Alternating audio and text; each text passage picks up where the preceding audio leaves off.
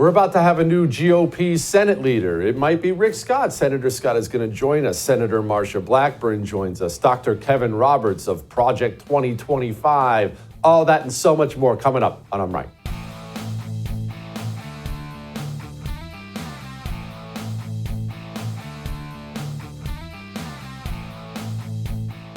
Okay, let's have a talk, shall we? This is a talk about Trump's transition team, post-election, and we're going to get to the Senate leadership stuff first and foremost. Trump has been out there filling up his cabinet. That's what he's been doing. They have been vetting people, they've been interviewing people, and the choices are starting to come down. We have Marco Rubio, been formally announced Secretary of State. Tom Homan, of course, going to be the border czar. Michael Walz, former Green Beret, Florida. Really like Michael Walz. Going to be a national security advisor. Stephen Miller, Deputy Chief of Staff. Okay, so there's a lot of people. The cabinet is starting to fill up, okay? And here's what can happen. And I'm guilty of this. What I'm about to say, I'm guilty of. I've done it before, and I'll probably do it this time. We people on the right, we're not used to wins. And when we get big wins, we want to do as much good as humanly possible. I do, and I know you do. So when they start filling up their cabinets, we start to look for all the bad. And that's fine to vet these people. And if Trump is bringing in a lot of devious snakes like he did last time, it's fine to scream about it. And you know I will. Believe me, I will. I'm going to. Right now, from what I see so far, I'm very, very pleased. Is everything perfect? No. But at least things are clear. Let's talk about Marco Rubio first and foremost. Marco Rubio for Secretary of State. Well, remember, first, Secretary of State, that is the diplomacy position. There is Secretary of State. He's the one who wants to talk peace all the time. And then there's your Secretary of Defense, used to be called Secretary of War. That's a lot cooler. Your Secretary of Defense wants to bomb everywhere. So the Secretary of State's the peaceful guy. The Secretary of Defense wants everything calm, or wants to bomb everything from here to ancient times. So Marco Rubio, who I have a lot of disagreements with, moving into the Secretary of State position, I'm okay with it. I'm okay with it. At least he's not going to be in the Senate voting for neocon positions, which he holds. And at least we'll have, instead of this endless tightrope walking, at least we'll have some sort of clarity from the Secretary of State. Remember what he said about Hamas and Israel? Senator Rubio, will you call for ceasefire? No, I will not. Gaza? On the contrary. Rubio, are you filming it? Wait, so I want you guys to get this. I want them to destroy every element of Hamas they can get their hands on. These people are vicious animals who did horrifying crimes. And I hope you guys post that. And what about the civilians that are being killed every day? Hamas should stop hiding behind civilians, putting civilians in the way. Hamas knew that this was going to lead to this. So Hamas has stopped building their military installations underneath hospitals. So you don't care that 15,000 have died? You don't care about the babies that are being killed every day? I think it's horrifying. I think it's terrible, and I think Hamas is 100% to blame. That's what I think. Make sure you post that, please. Very clear. Okay. Rubio was an average senator. Okay on some things. He really sucked on some other things. He's no longer in the United States Senate. He's going to be Donald Trump's Secretary of State for, I assume, the next 4 years. You can sit and comb through his Senate record and find all kinds of garbage in there. I have no problem doing that. I've screamed at Rubio 1,000 times. But Rubio moving to Secretary of State, I'm fine with it. Totally fine with it. Perfect? No, totally fine with it. Why would I take away the joy I have of the election over Marco Rubio? I wouldn't. Tom Homan, we've already brought up Tom Homan. I don't need to go into it again, being the border czar. That shows commitment to mass deportation. That's good. Susie Wiles, Chief of Staff, a very, very serious, smart person. No more of this idiocy in the White House. That's what that tells me. Stephen Miller, good. Now, there are other things people are complaining about, understandably so. Allegedly, rumor has it, it's being widely reported, but that Kristi Noem is going to potentially be the next head of DHS. Now, Kristi Noem, who has said things like this in the past. They came into our country illegally, they need to be deported. They just do. They broke our federal law. They need to go home and come here correctly. We're either a nation of laws or we're not a nation of all. And right now, the problem is we've got President Biden setting a poor example. He's being a leader who's knowingly violating federal law, and that is putting us in a very dangerous situation. I've declared the southern border a war zone. It's an invasion of our country. Sounds good. I don't know whether she's going to get in there and enforce everything that needs to be enforced. Yes, I understand the problems you have or I may have with certain aspects of Kristi Noem's record. Again, Kristi Noem is not perfect legislatively, and that's okay. Her being head of DHS is just fine. I promise you, cross my heart and hope to die, if I start seeing a bunch of evil, ignorant filth filling up the Trump administration again, I will sound the alarm. We're getting a pretty good team in there. Lee Zeldin, head of the EPA, that's a great pick. Mike Huckabee was announced earlier today, ambassador to Israel. That's a great pick. These are good picks. Perfect? No, because they're all politicians. There aren't perfect ones. These are the ones you got, all right? Now on to the real important things. And I'm not dismissive of Secretary of State and DHS. These are obviously critical positions. Attorney General, as I've said, that's the one to watch. That's the big boy. If that one is flimsy at all, it's a disaster, because that person needs to clean out the Justice Department, the Federal Bureau of Investigation. And the person who is going to be Trump's AG is going to have to be confirmed by the United States Senate. Senate leadership, the vote is tomorrow. Of course, it's a silent vote. A bunch of worthless cowards won't tell everyone how they're voting. And I've been telling you for a while, I'm not Johnny-come-lately on this. I didn't come up with this issue when everyone else started talking about it. I've been hot on what a problem this is going to be for a while. The list of potential replacements is really bad. It is.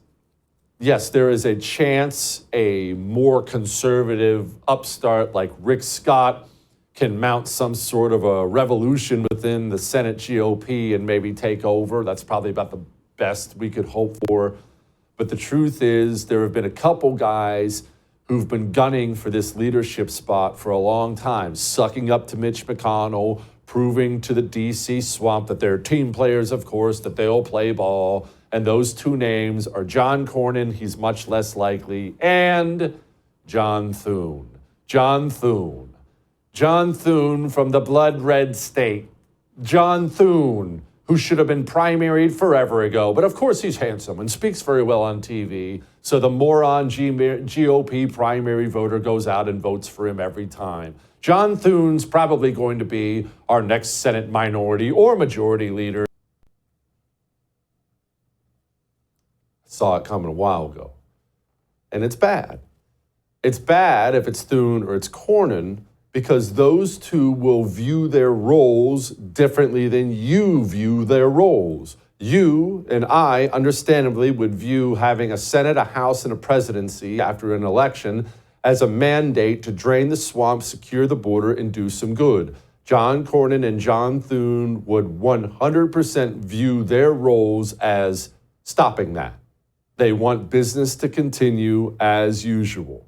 And so likely, by the time we go to bed tomorrow, one of these two men are going to be the new majority leader.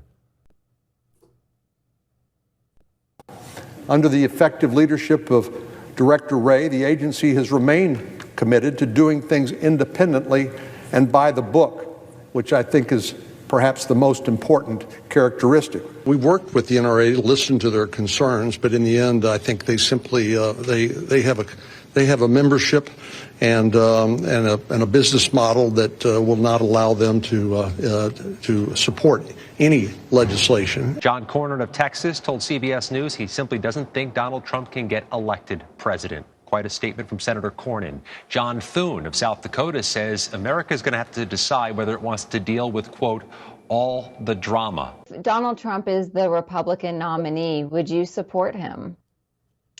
Well, I'm hoping, Leanne, to have other options. Too many Americans live in fear that what happened to George Floyd could happen to their own fathers and sons and brothers. Too many Americans see in law enforcement officers individuals to be feared rather than trusted. Americans are ready for all of that to end.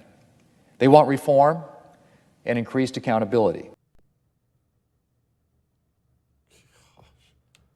And let's remember, not to beat everyone up, because we're all in a good mood right now, and we should be, but let's remember whose fault it is. Jesse, why do we have these crappy choices? John Cornyn is from Texas, blood red. John Thune is from South Dakota, blood red. How do we have loser senators like this? Because whenever Donald Trump was on the ballot for president, the GOP primary voter marches into the streets by the million to make sure they work hard for him and get him elected. As soon as Trump's off the ticket, that GOP primary in Texas, the MAGA hats get put away, everyone sits at home, no one cares anymore, only they look around one day and say, why do we have these rhinos? Because GOP primary voters are lazy and stupid in red states. That's why we have these rhinos. Until the GOP primary voter cares as much about his primary in his red state as he does about voting for Donald Trump, we will continue to have options like John Cornyn and John Thune in the United States Senate. All that may have made you uncomfortable, but I am right. Now, we're going to talk to a couple senators tonight. Marsha Blackburn, Rick Scott is here, Dr. Kevin Roberts is here. It's going to be a great show. First, let's talk about preborn. Let's save a life real quick, shall we? Preborn saves lives. 200 babies a day. That's what you do when you give to preborn. How do they do it? Well, they put up these clinics in the highest abortion areas in the country. They go right into the belly of the beast. And they find these young women who are about to have abortions, and they offer them free ultrasounds. If they can get her in, if they're successful, she chooses life almost every time. When a woman hears that heartbeat, she chooses life. $28. That's what the ultrasound costs. And you know, preborn's tax deductible. You can give them $28,000 for all I care. It's tax deductible. Save a life and write it off on your taxes? Preborn.com/Jesse. Go save a life. We'll be back.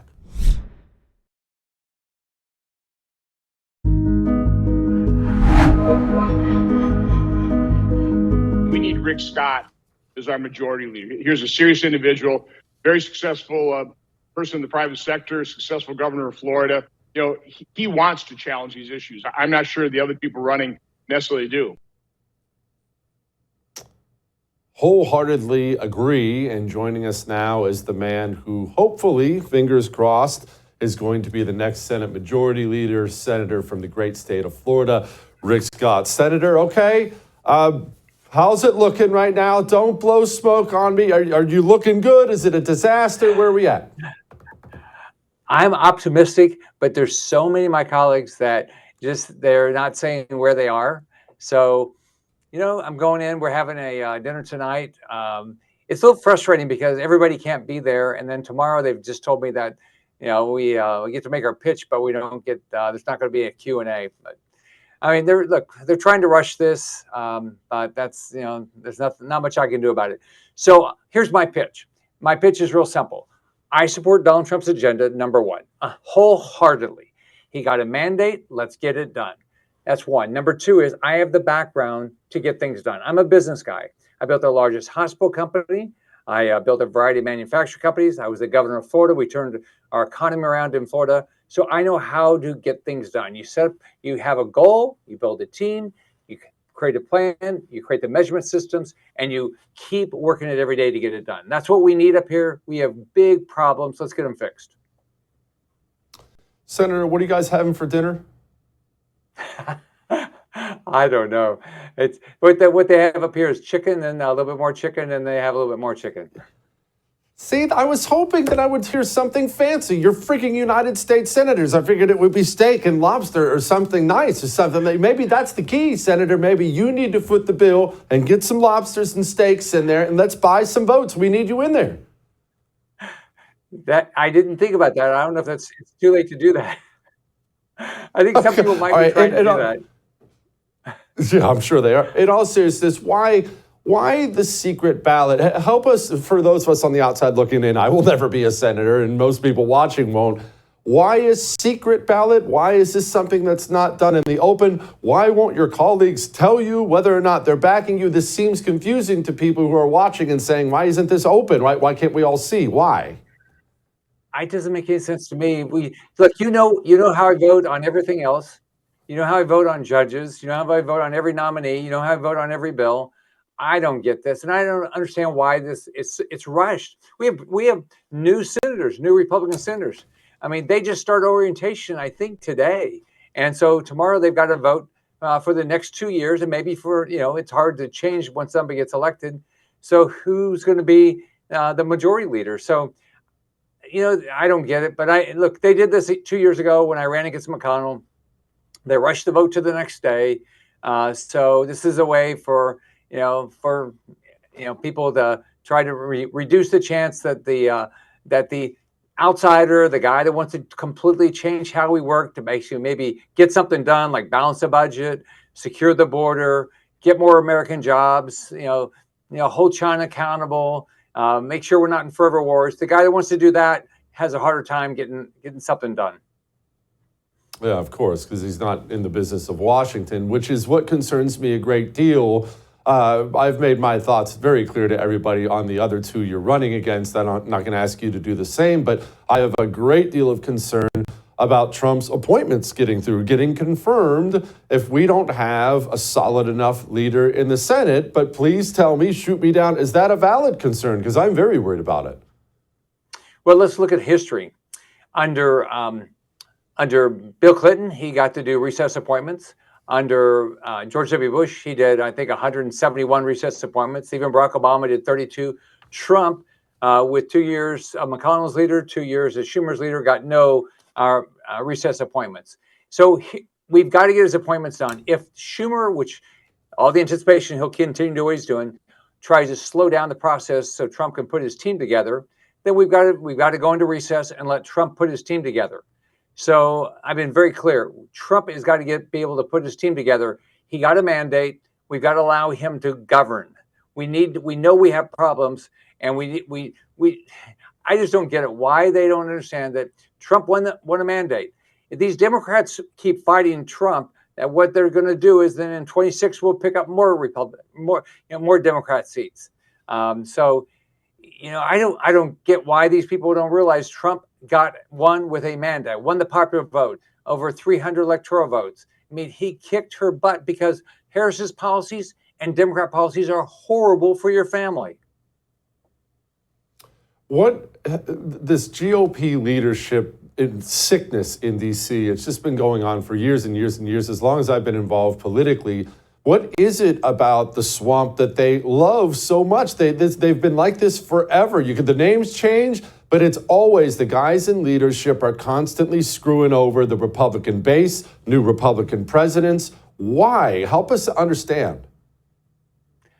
It doesn't make sense to me. I've been up here 6 years, and I've never understood it. First off, I've never understood how all senators are not part of the decision-making process. Since I've been up here, there's been two dictatorships, the McConnell dictatorship and the Schumer dictatorship. They decide the bills. We don't even have bills that go through committee. And once they go through, the Schumer and McConnell decide on a bill, they just put it on the floor, no amendment votes. So, my only choice is to say yes or no. If I don't like it, I can't even try to amend it, nothing. This doesn't make I never envisioned it would be like this. I thought the U.S. Senator, one, I would have the ability to propose a bill, have it heard. If I can't get 60 votes, that's my problem. If I don't get a vote, that's leadership's problem. So it doesn't make sense. I said, we're going to have amendment votes. Our bills are going to go through committee. We're going to get the Trump agenda accomplished. Through hell or high water, Trump's agenda will get accomplished. You find it frustrating to go from being a CEO and a governor to being a senator with no voice, don't you? It sounds like an upgrade for a lot of people, but it's a downgrade for you, isn't it? Well, nice thing is that being a CEO, but a strong CEO, here's what they do. They do what I'm proposing. Build a team, have a plan, constantly measure yourself, make sure everybody around you is successful, and you probably are going to be a successful CEO. That's what I did as governor. We added 1.7 million jobs. We became #1 higher education, top 5 in K-12 education, 47-year loan requirement. I didn't do it because I was a dictator. I did it because I brought people along. That's what we need with a leader here. We need somebody who's going to take all the input and bring everybody together, say, hey, we're going to go down this path because it's good for the people of your state. Now, I'm going to take your ideas, I'm going to implement their ideas and this person's ideas to get something done. It's not going to be one person makes the decision. So, but I look at it, the bottom line is this. Do you support Trump's agenda or not? If you don't support Trump's agenda, you're probably not going to elect me. Are you going to elect somebody that knows how to create a process to get things done? That's what I'm offering. I believe I'm going to win. My colleagues have said that's what they want. I hope that's what the vote comes out tomorrow. Senator, moving off of this, what can we do with 53 seats? It's not 60, but it ain't 49 either. We do have 53 seats. Obviously, we can do something legislatively. What is realistic, though? Well, number one, all of the nominees can get done. All the nominees can get done because all those nominees can get done with 51 votes. So all those actually with 50 with J.D. Vance. So all the nominees can get done. It's just it takes time. So we can get all those done. Number two is all the the Trump tax cuts can get redone to keep them because we can do that with 51 votes through reconciliation. So all those things can happen. Now I'm optimistic.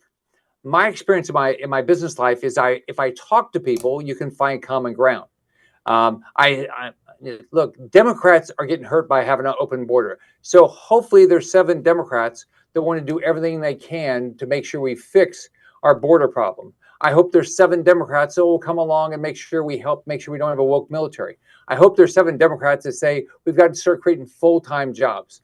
So my goal is to bring people together, to have conversations. And by the way, you need to work with the House of Representatives. That's why I built a very good working relationship with Speaker Johnson, Tom Emmer, Steve Scalise, and the conservatives in the House, because it takes both.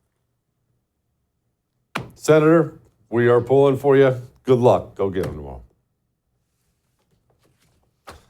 Let's hope. Let's hope. If we lose that one, it's going to hurt. Keep marching on. Anyway, switch your phone. Switch your phone service. We have Senator Marsha Blackburn next. We'll ask her who she's planning on voting for. But before we get to that, you need to switch your cell phone service. Verizon is a horrible company. It's what they do with your money that's extra terrible. AT&T, T-Mobile, these companies hate you. They hate me. They hate our values. They hate what we stand for, and they take the money we give them, and they do the worst things with it. PureTalk has never done that and will never do that. PureTalk loves this country. They hire Americans. That means so much to me. When you get a hold of someone at PureTalk, you'll find you're speaking to someone who speaks English. It's wonderful. Go to puretalk.com/JesseTV and switch today. We'll be back.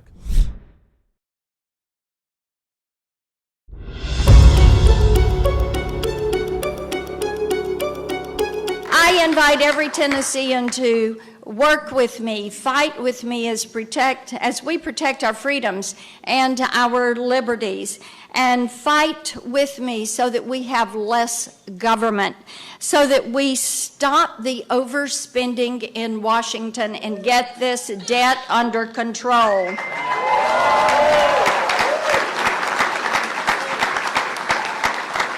So that we restore our standing in the world and rebuild our military, and we get that border secured, and that we protect our children and make certain that when it comes to protecting our girls in sports, that we know what a woman is and we know what a man is.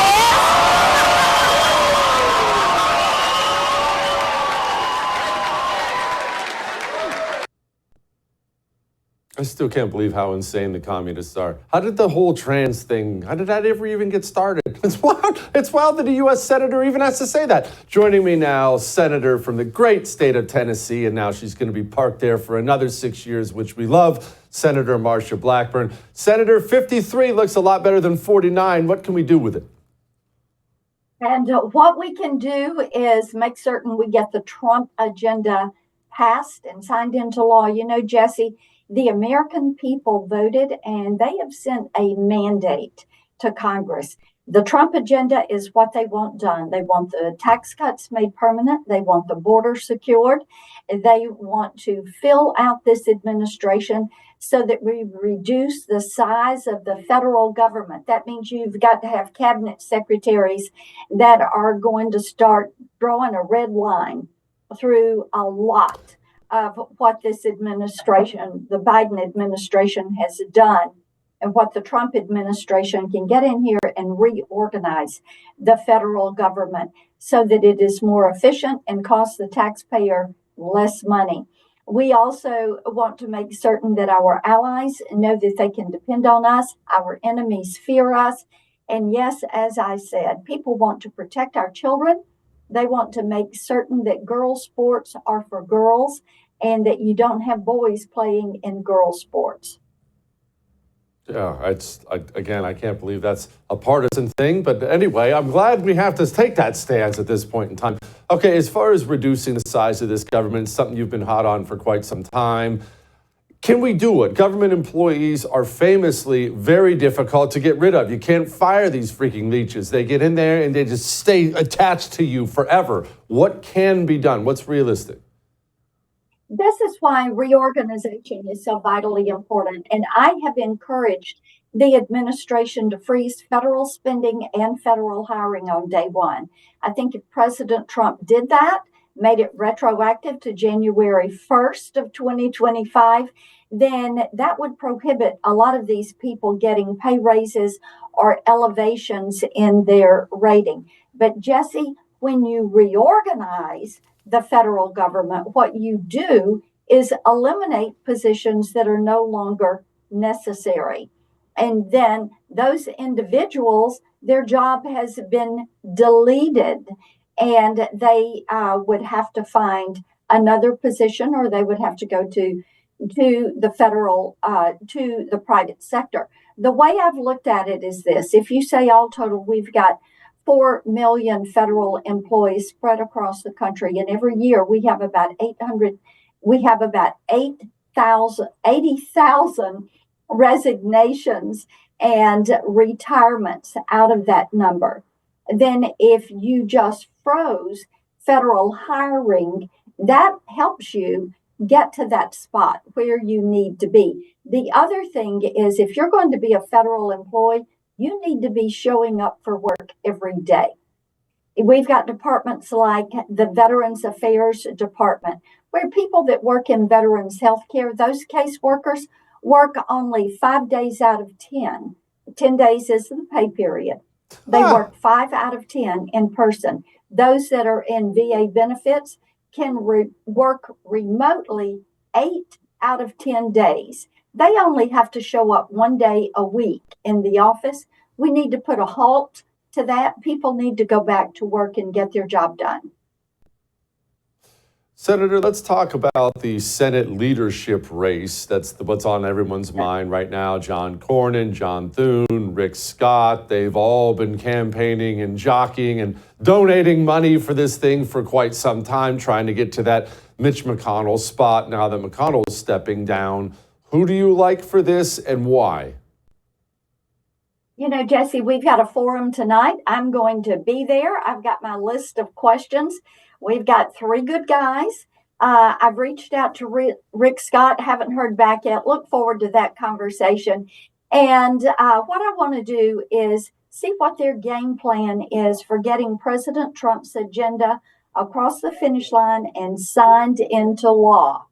We should make that item number 1. We need to move quickly. That first 100 days is going to be vitally important. We have to have a Senate Majority Leader and the other positions, our whip, our conference chair, our policy chair, all have to be people that are supportive of President Trump and are going to push to get this agenda finished in the Senate and then to President Trump's desk for his signature. So who is going to be able to do that? That is what I'm looking for answers to, because the imperative is we have to pass the president's agenda. We have to get this country back on the right track. Senator, what happens between now and the day Trump and the new Senate and the new House is sworn in? We all know Democrats with their dirty tricks. Everyone's already heard about Elizabeth Warren. She's got a list of judges she's going to try to cram in there. What can we stop? Can we stop all of it, some of it, none of it? Do we just have to lay here helplessly for 2 months while they abuse us? Well, the power in the Senate moves from Democrat to Republican on January 3rd. That is when we reconvene and when we are sworn in. That day is January 3rd. So it is protecting that space between now and January 3rd when we have the majority. When it comes to these nominees they're trying to put on the federal bench, you've got activists that have never been a judge. And now they want to go be a federal district judge or go to the appellate court. These are individuals. It is going to be important for us to block these individuals. If they have never been a judge, if they have no experience in appellate law and they want to go to the appellate court, if they're an activist that has worked for a nonprofit, then what we need to do is make certain that we have constitutionalists, people that are going to abide by precedent and the rule of law. Okay, so that'll be none of them if Democrats are the ones putting them up. I mean, they're clearly not going to go for constitutionalists, and you and I both know exactly which kind of turbo freak nonprofits they're going to be snatching these people out of. You know what the game is. Can we stop them? Yes, it is putting holds on these individuals. It is blocking them from moving forward in committee. It is reminding people what their answers to questions were when they came before us for the hearing. And we don't want activists from the left or the right. We don't want activists on the bench. People are looking for equal treatment under the law. And it is frustrating when they hear about 2 tiers of justice, when they witness 2 tiers of treatment, 2 tiers of access. And Jesse, I will tell you, I think that's one of the things that drove people to the ballot box in droves this election cycle. They don't like government being weaponized against citizens. They don't like 2 tiers of justice and 2 tiers of treatment. They want it to be equal and they want it to be constitutional. Senator, appreciate you very much. Congratulations again. All right. Dr. Kevin Roberts, the architect of Project 2025, is going to join us in a moment. Before he joins us, let's get your T levels up.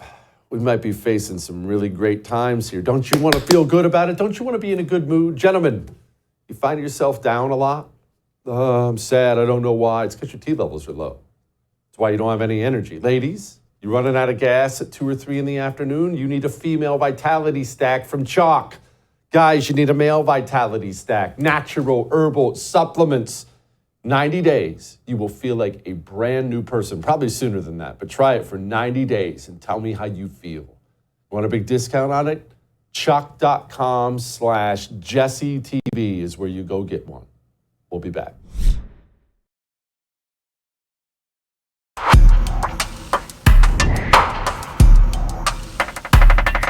Look, I'm not leaving the country, all right? I never said that. I was never one of these celebrities, D-list or otherwise, that was like, and if Trump gets reelected, I'm leaving the country and I'm going here and I'm going to do this.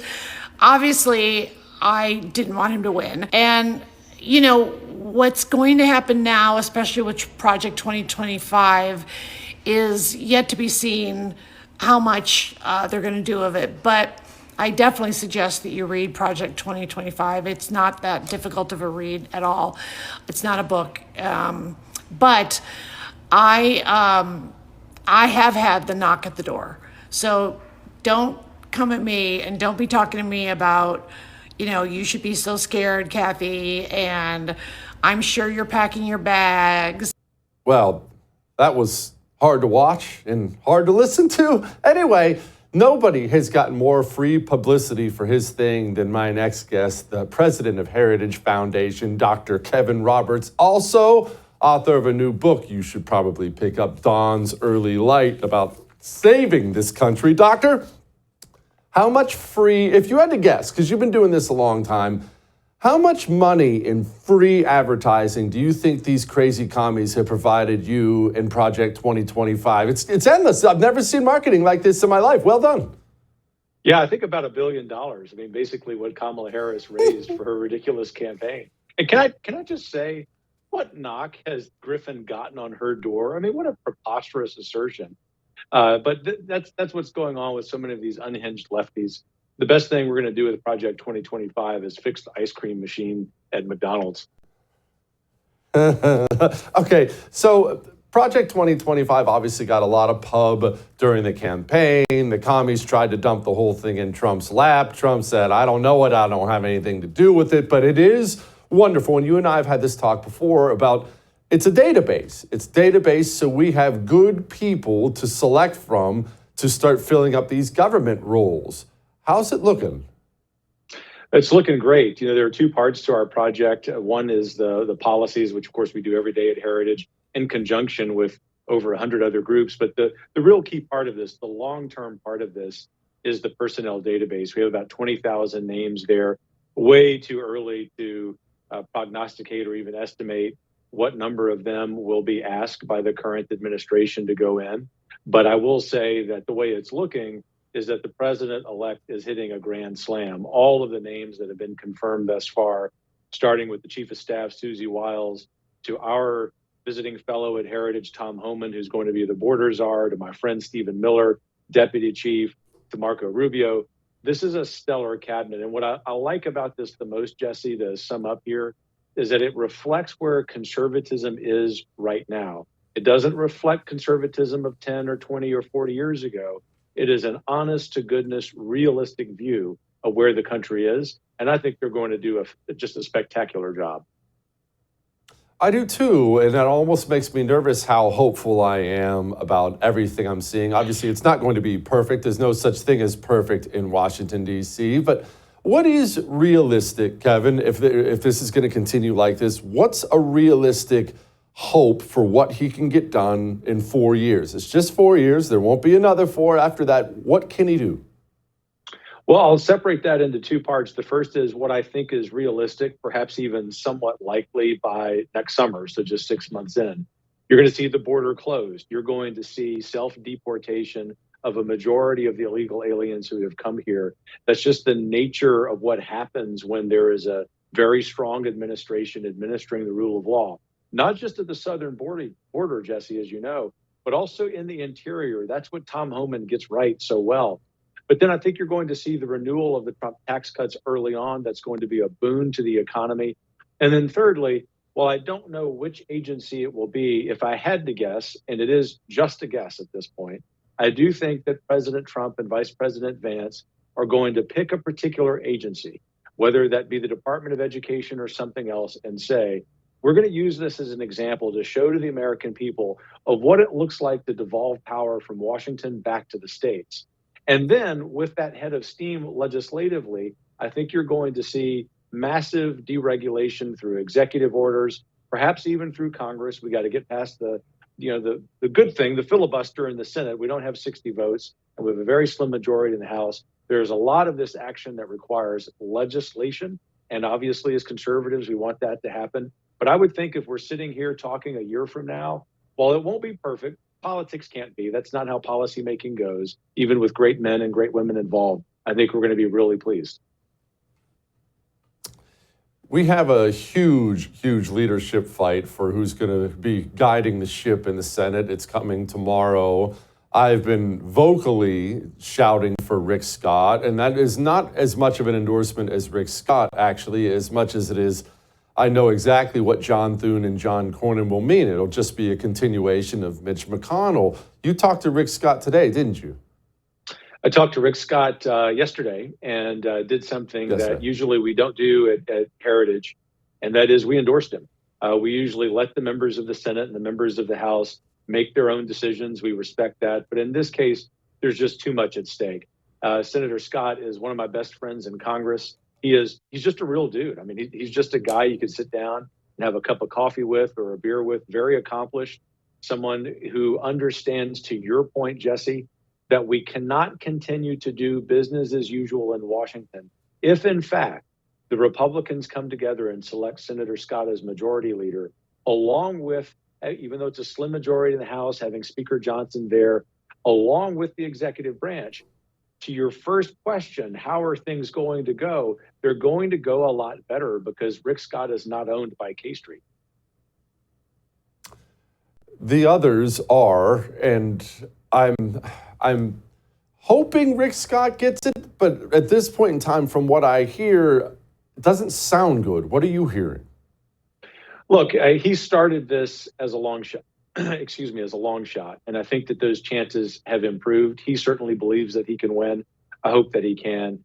I will say that if it isn't him, then I was certainly gratified to see the letter that John Cornyn, who is sincerely a friend of mine from my Texas days, wrote to his colleagues. I think that offers some promise. This is the key thing. Whether Senator Scott wins or loses, there has to be a recognition by Republican senators that Mitch McConnell's days of running Capitol Hill are over.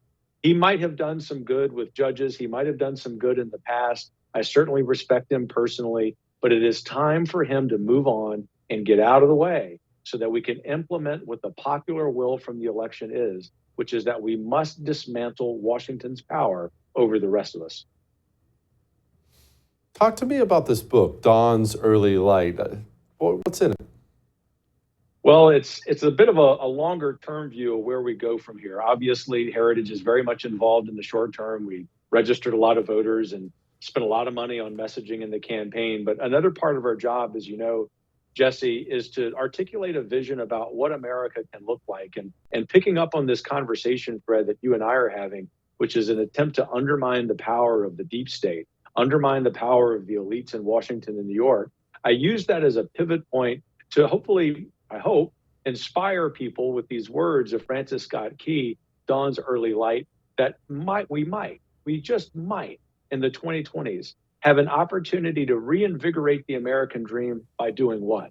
By getting Washington out of the way, by not only giving state and local governments more power, but very importantly, we can do something that every individual American plays a role in, and that's revitalizing our communities, revitalizing our civic associations, revitalizing, in fact, what makes America America, which is our relationships. That's the kind of thing that the radical left has tried to destroy by undermining our public schools, undermining our colleges and universities. And it's incumbent on us to realize that politics is not everything, as important as, in fact, politics is. Dr. Kevin Roberts, his book is The Dawn's Early Light. Go pick it up. Thank you so much. I appreciate you very much. Come back anytime. All right. We have one of my favorite Lighten the Moods ever. Next.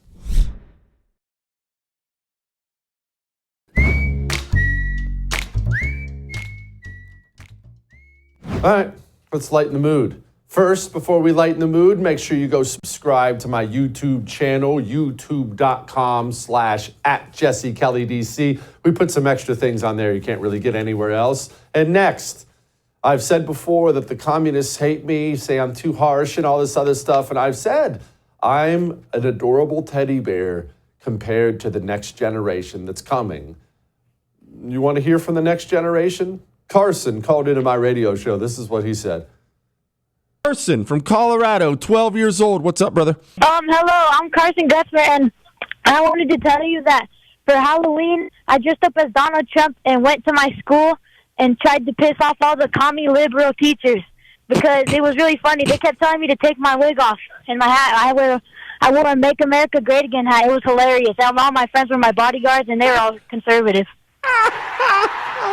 Carson, you give my best to your friends. Well done, young man. Well done. I'm telling you right now, we're going to be all right. I keep trying to tell these commies. They're always calling and complaining to corporate and emailing the show. Jesse's so mean. Jesse's so mean. You think I'm mean? You wait until Carson's generation comes up. I'm an adorable little teddy bear compared to how hardcore these kids are now. The young boys, they've had enough of your mental illness. We're going to be all right. I'll see you tomorrow. I would thank you for coming to my YouTube channel, but I know how brilliant it is, and I know you love it here. So subscribe and watch. We're going to start really ramping things up and putting some funny stuff, some interesting stuff out there, some collaborations. Either way, my YouTube channel is officially the place to be. So stick around.